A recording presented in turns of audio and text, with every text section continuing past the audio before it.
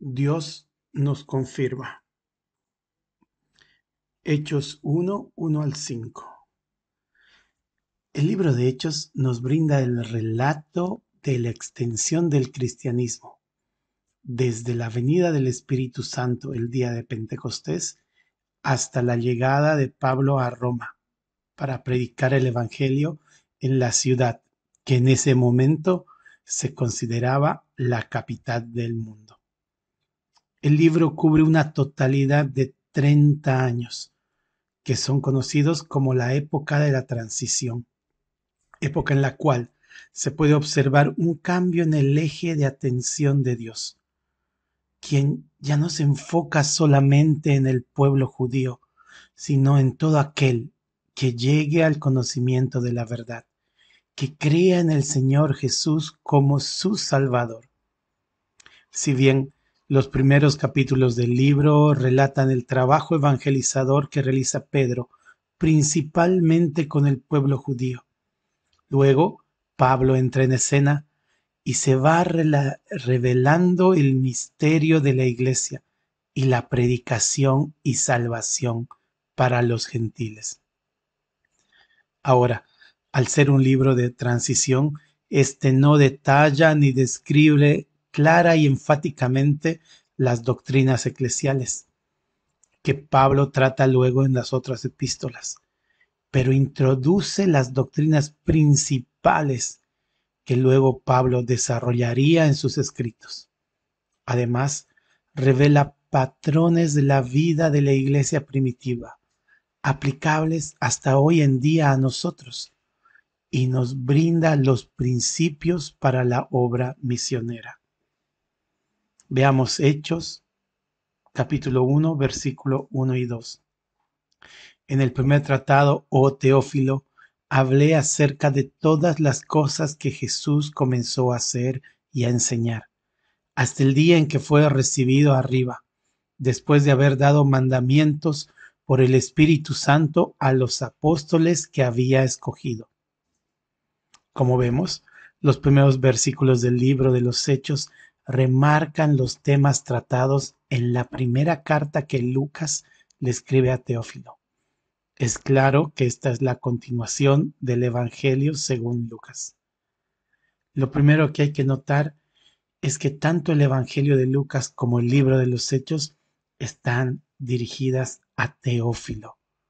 El nombre significa el amigo de Dios o el que Dios ama. Y de este nombre podemos sacar una enseñanza.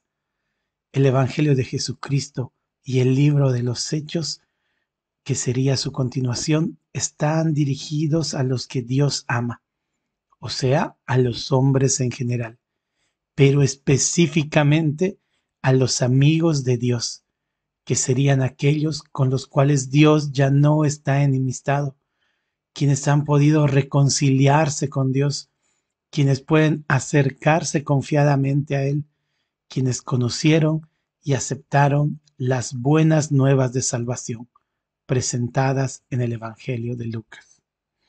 En fin, está dirigido a nosotros, a los hijos de Dios.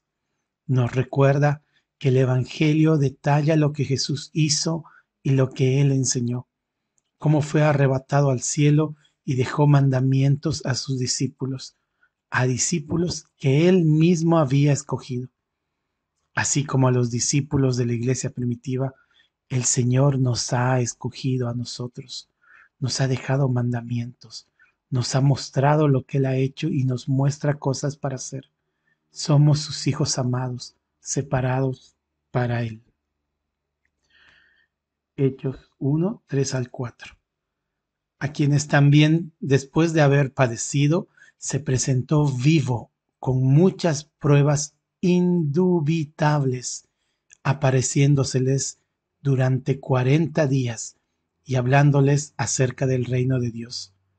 Y estando juntos, les mandó que no se fueran de Jerusalén, sino que esperasen la promesa del Padre, la cual les dijo: oísteis de mí. El autor afirma la fe de los receptores de la carta, en este caso nosotros, El Señor ha resucitado, es indudable, y durante su tiempo sobre esta tierra, luego de su resurrección, anduvo con sus discípulos por 40 días. El número 40 es un número que representa prueba en la Escritura. Siempre que está presente, habla de ser ejercitados para algún fin. Por ejemplo, el diluvio duró 40 días y 40 noches. El pueblo de Israel anduvo por 40 años en el desierto. El mismo Señor Jesús estuvo 40 días ayunando en el desierto cuando fue tentado por Satanás. En fin, acá el número 40 describe el tiempo que el Señor, ya resucitado, estuvo en medio de sus discípulos. Esto nos puede hablar de que la fe de ellos iba a ser probada, al igual que la fe nuestra es probada muchas veces y de distintas maneras. Si estás atravesando un tiempo de prueba, de aflicción, de dolor o de incertidumbre, recuerda que el Señor Jesús resucitó. Esta carta es para ti. Indudablemente resucitó. Y cuando anduvo con sus discípulos, les pidió que esperasen la promesa del Padre que Él ya les había dado. Del mismo modo hoy, a pesar de las dificultades que atravesemos, debemos fortalecernos en el Señor y sus promesas. Él prometió que volverá por nosotros, nos resucitará juntamente con Cristo.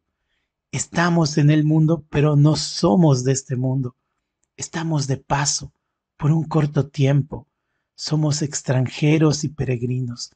Así que, sin importar la difícil situación que te toque atravesar, recuerda que eso también pasará. Hechos 1:5. Porque Juan ciertamente bautizó con agua, mas vosotros seréis bautizados con el Espíritu Santo dentro de no muchos días. El Señor había prometido el bautismo del Espíritu Santo, que a los discípulos se les cumplió en el día de Pentecostés. Pero esa promesa no se limita a los discípulos de la iglesia primitiva. La palabra bautizo quiere decir inmersión, ser sumergidos, ser incorporados, ser introducidos, ser reconocidos, ser afirmados. Si bien la manifestación primera de este bautismo se dio en Pentecostés, ahora todo creyente, es decir, toda persona que llega a creer en el Señor Jesucristo como su Salvador, es sumergido en el cuerpo de Cristo, tal como lo menciona Pablo en Primera de Corintios. Somos reconocidos por el Señor, somos confirmados, afirmados, sumergidos, somos parte de Él. Dios nos confirma a todos y cada uno de nosotros. Somos sus hijos.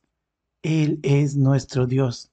Somos parte de su cuerpo, parte del cuerpo de Cristo, sellados por el Espíritu Santo como garantía, propiedad de Jesús, coherederos de sus promesas.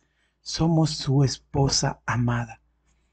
Él nos ha confirmado como sus hijos.